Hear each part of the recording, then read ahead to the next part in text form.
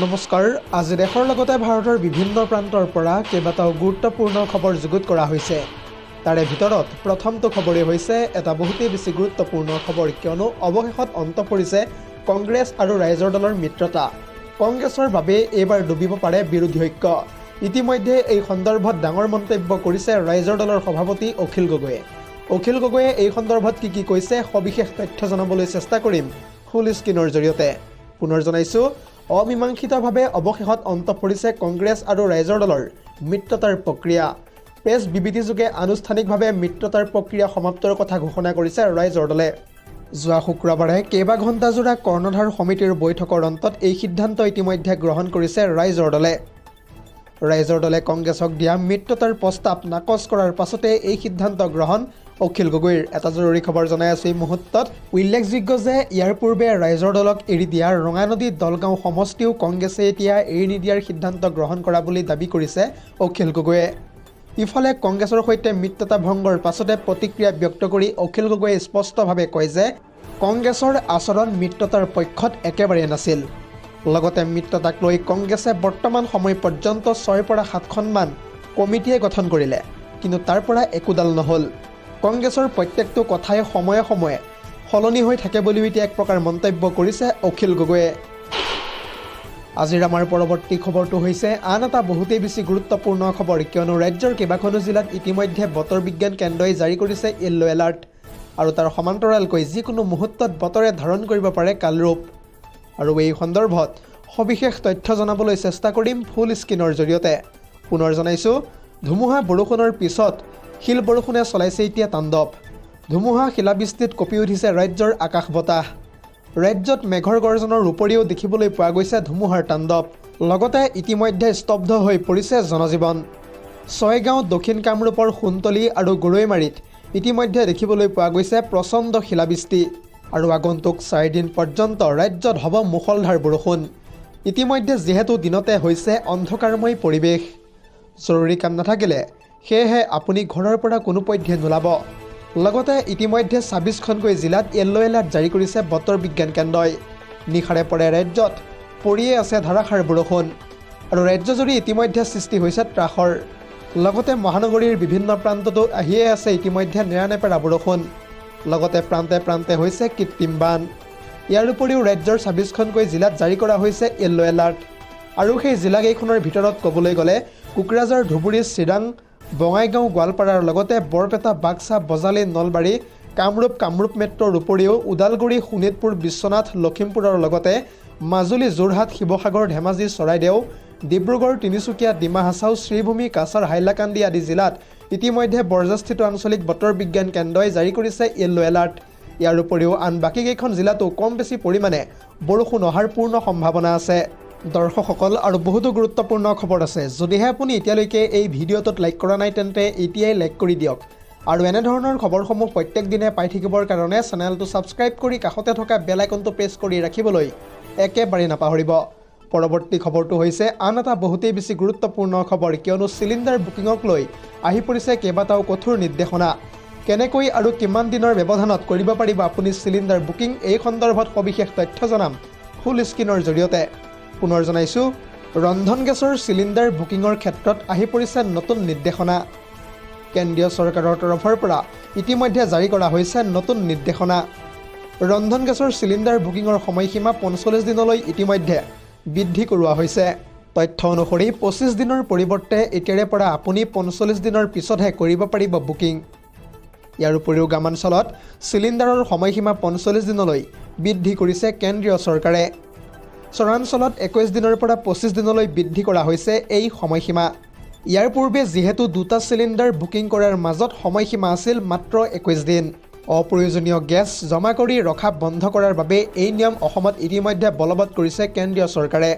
এনেদৰে কেইটিমান মুহূৰ্তৰ পূৰ্বে কেন্দ্ৰীয় পেট্ৰলিয়াম আৰু প্ৰাকৃতিক গেছ মন্ত্ৰী হৰদীপ সিং পুৰীয়ে কৰিছে এই বৃহৎ ঘোষণা।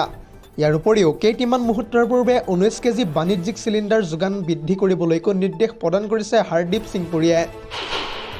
পৰৱৰ্তী খবৰটো হৈছে আন এটা বহুতেই বেছি গুৰুত্বপূৰ্ণ খবৰ, কিয়নো নিৰ্বাচনৰ প্ৰাকক্ষণত জনতাক পুনৰবাৰ মাধমাৰ সোধালে চৰকাৰে। ৰাজ্যত কিয়নো পুনৰ বৃদ্ধি পাবলৈ গৈ আছে টোল গেটৰ মাচুল। কেতিয়াৰে পৰা এই নিয়ম বলবৎ হ'ব এই সন্দৰ্ভত সবিশেষ তথ্য জনাম ফুল স্ক্ৰীনৰ জৰিয়তে। পুনৰ জনাইছোঁ, নিৰ্বাচনৰ প্ৰাকক্ষণত পুনৰ জনতাক সোধালে প্ৰচণ্ড মাধমাৰ চৰকাৰে। বিহুৰ পূৰ্বে ৰাজ্যত টোলগেটৰ মাচুল বৃদ্ধিৰ সিদ্ধান্ত গ্ৰহণ কৰিছে ৰাজ্য চৰকাৰে। 1 এপ্ৰিলৰ পৰাই ৰাজ্যৰ প্ৰায় 7খনকৈ টোলগেটৰ বৃদ্ধি পাবলৈ গৈ আছে মাচুল। কামৰূপ জিলাৰ মদনপুৰ, কামৰূপ মহানগৰ জিলাৰ নাজিৰাখাট, নগাঁৱৰ ৰহা আৰু চুলুং টোলগেটত বৃদ্ধি পাবলৈ গৈ আছে মাচুল। ইয়াৰ উপৰিও গোলাঘাট জিলাৰ ৰঙামাটি টোলগেট, লগতে হোজাই জিলাৰ দবকা টোলগেট আৰু ৰতুৱা টোল প্লাজাৰো বৃদ্ধি পাবলৈ গৈ আছে মাচুল। এনেদৰে কেইটামান মুহূৰ্তৰ পূৰ্বে ৰাজহুৱা জাননীযোগে বৰ্ধিত মাচুলৰ তালিকা ঘোষণা কৰিছে ৰাষ্ট্ৰীয় ঘাইপথ প্ৰাধিকৰণে। জানিব পৰা মতে টোলগেট কেইখনত ন্যূনতম 5 টকাৰ পৰা 35 টকা পৰ্যন্ত বৃদ্ধি কৰোৱা হৈছে টোল কৰৰ পৰিমাণ। জনতাক মাধমাৰ সোধাই ৰাজ্যবাসীলৈ বহাগ বিহুৰ এয়া হৈছে চৰকাৰৰ নতুন উপহাৰ। পৰৱৰ্তী খবৰটো হৈছে আন এটা বহুতেই বেছি গুৰুত্বপূৰ্ণ খবৰ, কিয়নো আহি থকা 18 তাৰিখে প্ৰকাশ পাবলৈ গৈ আছে বিজেপিৰ প্ৰাৰ্থীৰ তালিকা। ইতিমধ্যে এই তালিকাখনৰ সন্দৰ্ভত বৃহৎ মন্তব্য কৰিছে মুখ্যমন্ত্ৰী হিমন্ত বিশ্ব শৰ্মাই।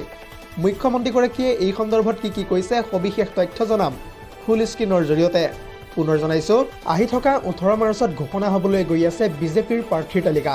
শিলচৰত এই বৃহৎ মন্তব্য কৰিছে মুখ্যমন্ত্ৰী হিমন্ত বিশ্ব শৰ্মাই। মুখ্যমন্ত্ৰীগৰাকীয়ে কোৱা মতে এইবাৰ তালিকাখনত বহুতো নতুন মুখে পাব প্ৰাধান্য। বৰ্তমানৰ বহুতো বিধায়কে নাপাব পাৰে হয়তো এইবাৰ টিকট। মুঠতে যি কি নহওক, ভাল কাম কৰা সকলো বিধায়ককে এইবাৰ নিৰ্বাচন খেলিবলৈ বিজেপিয়ে প্ৰদান কৰিব টিকট। এই মন্তব্য কৰিছে কেইটামান মুহূৰ্তৰ পূৰ্বে মুখ্যমন্ত্ৰী হিমন্ত বিশ্ব শৰ্মাই। আজিৰ আমাৰ পৰৱৰ্তী খবৰটো হৈছে আন এটা বহুতেই বেছি গুৰুত্বপূৰ্ণ খবৰ, কিয়নো এইবাৰ পলাশবাৰীৰ বঙৰাত প্ৰশাসনে ধাৰণ কৰিছে ভয়ংকৰ ৰুদ্ৰমূৰ্তি। প্ৰায় 700 বিঘা ট্ৰাইবেল বেল্টৰ মাটিত চলিবলৈ গৈ আছে চৰকাৰী বুলডোজাৰ। উচ্ছেদৰ বাবে ইতিমধ্যে সাজু কৰা হৈছে জিলা প্ৰশাসনৰ বিশাল বাহিনী। আৰু মুহূৰ্তৰ ভিতৰতে হয়তো ধূলিসাৎ হ'ব পাৰে অবৈধ বেদখলকাৰীৰ গাঁও। কেৱল ইমানেই নহয়, বঙৰাত ইতিমধ্যে মোতায়েন কৰা হৈছে সশস্ত্ৰ বাহিনী। আৰু তাৰ মাজতেই এতিয়া বেদখলকাৰীৰ মাজত লাগিছে হাহাকাৰ। লগতে দিশহাৰা হৈ পৰিছে হাজাৰ হাজাৰ লোক। প্ৰশাসনে ইতিমধ্যে কোনো ধৰণৰ বাধা নামানে, ন' কম্প্ৰমাইজ। যি কি নহওক, মুঠতে উচ্ছেদ অভিযান চলি আছে আৰু চলিয়ে থাকিব। ৰণাংগনত পৰিণত হৈছে ইতিমধ্যে বঙৰাৰ বিশাল চৰকাৰী ভূমি। আৰু প্ৰতিটো অবৈধ ঘৰ ভাঙি গুৰি কৰিবলৈ ইতিমধ্যে সম্পূৰ্ণৰূপে সাজু হৈ পৰিছে বুলডোজাৰ। আজিৰ আমাৰ পৰৱৰ্তী খবৰটো হৈছে আন এটা বহুতেই বেছি গুৰুত্বপূৰ্ণ খবৰ, কিয়নো মুছলমানক এতিয়াৰে পৰা কোনেও অত্যাচাৰ কৰিব নোৱাৰিব। যদিহে কেনেবাকৈ কোনোবাই মুছলমানক অত্যাচাৰ কৰে তেন্তে এই সন্দৰ্ভত কঠোৰতকৈও কঠোৰ ব্যৱস্থা ল'ব ৰাষ্ট্ৰসংঘই। আৰু এই সন্দৰ্ভত সবিশেষ তথ্য জনাম ফুল স্ক্ৰীনৰ জৰিয়তে। পুনৰ জনাইছোঁ, মুছলমানৰ বিৰুদ্ধে এতিয়াৰে পৰা কোনেও ঘৃণা বিয়পাব নোৱাৰিব, কোনেও অত্যাচাৰ কৰিব নোৱাৰিব মুছলমান লোকসকলক। মুছলমানৰ ওপৰত অত্যাচাৰ দূৰ কৰিবলৈ ৰাষ্ট্ৰসংঘই এই সন্দৰ্ভত গ্ৰহণ কৰিছে ইতিমধ্যে বৃহৎ পদক্ষেপ। মুছলমান বিৰোধী বৈষম্যৰ বিৰুদ্ধে সজাগতা বৃদ্ধি কৰিব এতিয়াৰে পৰা ৰাষ্ট্ৰসংঘই। ইছলামৰ বিৰুদ্ধে অপপ্ৰচাৰ চলোৱা কাৰ্যকো ৰেহাই দিয়া নহ'ব এতিয়াৰে পৰা। এটা জৰুৰী খবৰ জনাই আছোঁ এই মুহূৰ্তত, যিহেতু প্ৰতি বছৰে 15 মাৰ্চ তাৰিখে ইছলাম ফবিয়া প্ৰতিৰোধ দিৱস হিচাপে পালন কৰি আহিছে ৰাষ্ট্ৰসংঘই। আৰু সেই উদ্দেশ্যেৰেই এতিয়াৰে পৰা মুছলমানৰ বিৰুদ্ধে ঘৃণা বিয়পাব নোৱাৰিব, লগতে কোনেও মুছলমানক অত্যাচাৰ কৰিব নোৱাৰিব। এয়া ৰাষ্ট্ৰসংঘৰ স্পষ্ট মন্তব্য। আজিৰ আমাৰ পৰৱৰ্তী খবৰটো হৈছে আন এটা বহুতেই বেছি গুৰুত্বপূৰ্ণ খবৰ, কিয়নো PM কিষাণৰ ধন এতিয়ালৈকে আপোনাৰ একাউণ্টত বাৰু সোমোৱা নাই নেকি? যদিহে বৰ্তমান সময় পৰ্যন্ত সোমোৱা নাই PM কিষাণৰ ধন, তেন্তে চিন্তা নকৰিব, কাৰণ ইতিমধ্যে মুকলি কৰা হৈছে হেল্পলাইন নম্বৰ। আৰু এই সন্দৰ্ভত সবিশেষ তথ্য চাওঁ আহক। পুনৰ জনাইছোঁ, PM কিষাণৰ ধন একাউণ্টত বাৰু এতিয়ালৈকে আপোনাৰ সোমোৱা নাই নেকি? যদিহে সোমোৱা নাই তেন্তে পৰীক্ষা কৰক এতিয়াই আপোনাৰ বেংক একাউণ্ট। আৰু যদিহে ধন পোৱা নাই তেন্তে চিন্তা নকৰিব, কাৰণ ইতিমধ্যে মুকলি কৰা হৈছে এটা নতুন বিশেষ হেল্পলাইন নম্বৰ। আৰু ধন নাপালে দিব পাৰিব আপুনি এই নম্বৰটোত ফোন কৰি অভিযোগ, আৰু সেই নম্বৰটো হৈছে 155261। ইয়াৰ উপৰিও অসমৰ কৃষকৰ বাবে ইতিমধ্যে যিহেতু মুকলি কৰা হৈছে 371 কোটি টকা। কৃষকসকলৰ সন্মানৰ বাবে এই ধন মুকলি কৰিলে ভাৰতৰ প্ৰধানমন্ত্ৰী নৰেন্দ্ৰ মোদীয়ে। News desk report, ZD news.